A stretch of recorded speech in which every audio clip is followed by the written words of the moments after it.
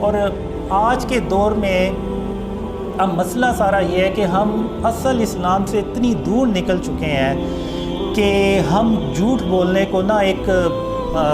سکل سمجھتے ہیں، ٹیلنٹ سمجھتے ہیں، کسی کا مذاق اڑانے کو ٹیلنٹ سمجھتے ہیں۔ اب جیسے وہ جو مذہبی شخصیات ہیں بھرے انہوں نے جیسے وہ ٹویٹ کیا، اپنی ویڈیوز میں بھی کہا، تو ان کے فالورز نے یہی کہا ہوگا کہ واہ کیا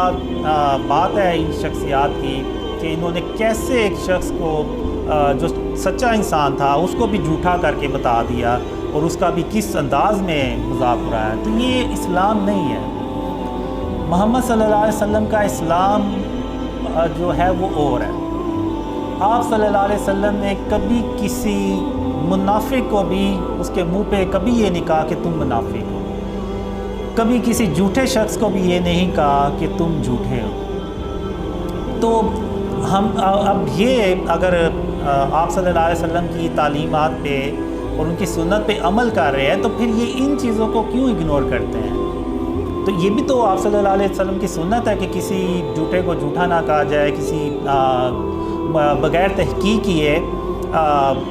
بات جو ہے کو کسی کو جھوٹا نہ کہا جائے، یہ بھی تو آپ صلی اللہ علیہ وسلم کی تعلیمات میں سے ہے۔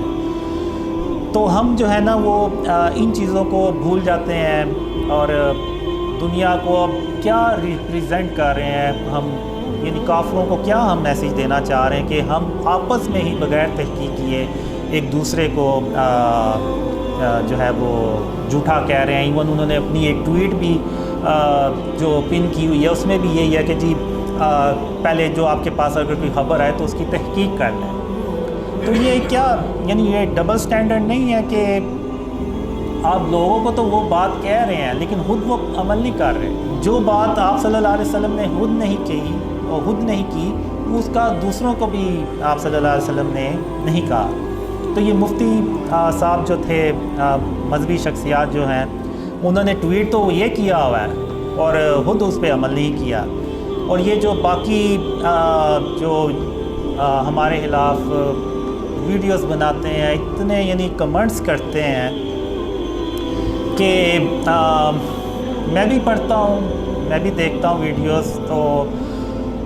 میں یہی کہوں گا کہ ان کے اصل میں جو ان کے دلوں میں کینہ اور بغض ہے نا وہ اس کا اظہار کرتے ہیں یہ ہم سے۔